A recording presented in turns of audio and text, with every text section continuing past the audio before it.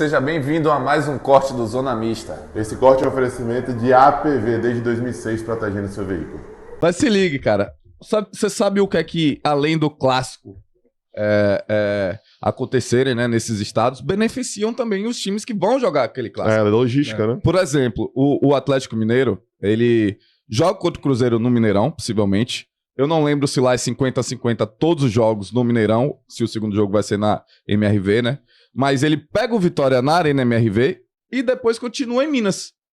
O Vitória, por exemplo, vai pegar o Bahia antes, né? Depois vai ter que ir no Rio de Janeiro pegar o Vasco.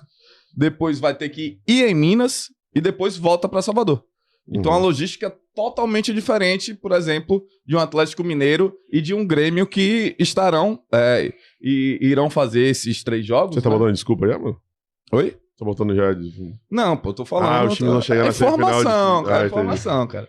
Então, querendo ou não, existe esse ponto positivo também pra quem vai disputar esses clássicos. Assim, há um desgaste maior natural de um clássico, Com não certeza, só físico, mas emocional, mas realmente as coisas se equilibram por conta dessa logística, né, mesmo? Por outro lado, o Vitória enfrenta o Botafogo agora, depois pega o Bahia, e aí, depois que viaja, né, pra poder enfrentar a equipe do Vasco vai da ter Gama 2 lá. bate-volta aí. Então vai ter um tempinho também pra poder descansar. Pra mim, se tá na competição, meu irmão, não tem negócio de muita historinha não, tem que ir pra dentro pra poder vencer, pra poder se classificar, porque vale dinheiro, vale visibilidade e vale tudo, e vale também, principalmente, na verdade, a honra, né, de estar participando mais uma vez das quartas de finais, e especialmente com, de novo, como eu falei no início, mas isso é bem verdade, a possibilidade clara de chegar aí a uma semifinal.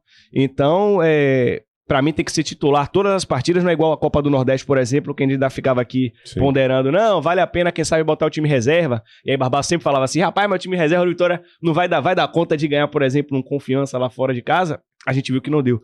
E na verdade a gente vê que continua sem oferecer nenhum tipo de resposta fora de casa, e é isso que nos credencia ainda como, quem sabe, eu não vou dizer favorito, mas com...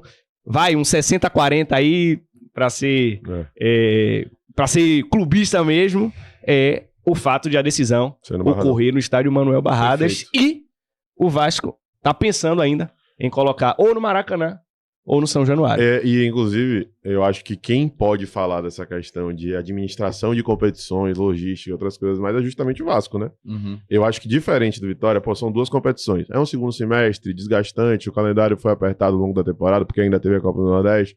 Foi, mas assim, teve uma parada boa pra Copa, os times voltaram, 2 competições dá pra administrar. Uhum. Segundo o nosso querido treinador Rogério Ceni, né? É ruim também ficar 10 dias sem jogar e tal. Ele nunca sabe o que quer. Mas eu acho que quem tá com dificuldade mesmo para poder administrar com sobriedade essa situação, até porque também não tem um elenco recheado, extremamente qualificado, é o Vasco. Porque o Vasco não só está vivo na Copa do Brasil, como também está na Sul-Americana. Então o mês de agosto para o Vasco é um mês de jogos meio de semana, final de semana. Meio de semana, final de semana, né?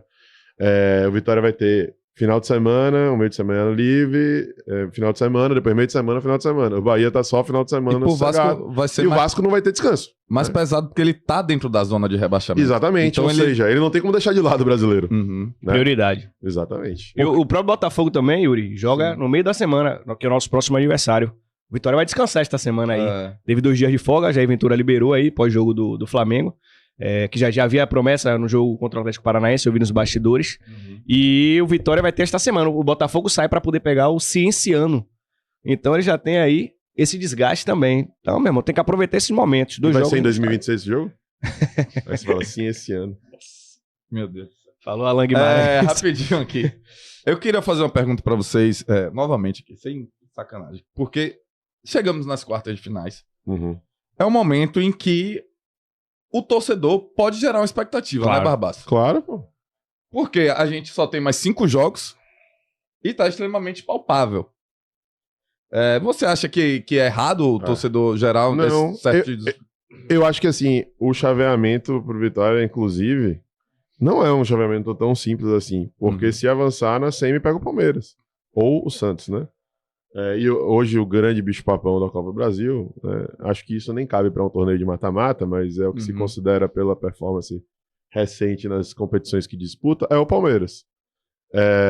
Então, assim, mas ao mesmo tempo, o Vitória que chega nas quartas de finais é uma vitória que se credencia a poder disputar, fazer e desenvolver jogo contra um Palmeiras, possivelmente, porque conseguiu superar Flamengo e Atlético Paranaense, que queira ou não queira, são os segundo e terceiro colocados do Campeonato Brasileiro da Série A. Uhum. Então, pô, chegou nas quartas, eu acho que é acreditar. O próprio torcedor do Vasco da Gama tá vendo o time no Brasileiro em 18º e extremamente confiante com essa possibilidade de avançar na Copa do Brasil, porque ano passado também conseguiu ir longe, chegou a uma final, mesmo com um time extremamente limitado. Uma competição como a Copa do Brasil, que é democrática e tudo mais, traz justamente essa possibilidade, né? De você não ser o melhor em termos técnicos, individuais, até algumas vezes coletivos, e você ainda assim conseguir chegar a uma final ou conquistar o título. O Vitória, por exemplo, contra o Atlético Paranaense na Arena da Baixada,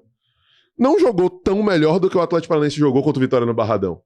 Uhum. Mas existia todo um contexto, o Atlético não aproveitou as oportunidades para poder dilatar mais o placar. A gente falou aqui da chance de Rivaldo ali no final, e o Vitória dentro do Barradão acuou e conseguiu aproveitar as oportunidades, foi mais efetivo, contou ali com a noite abaixo do goleiro adversário, e a coisa foi acontecendo, tá nas quartas, contra um time que é melhor que o Vitória.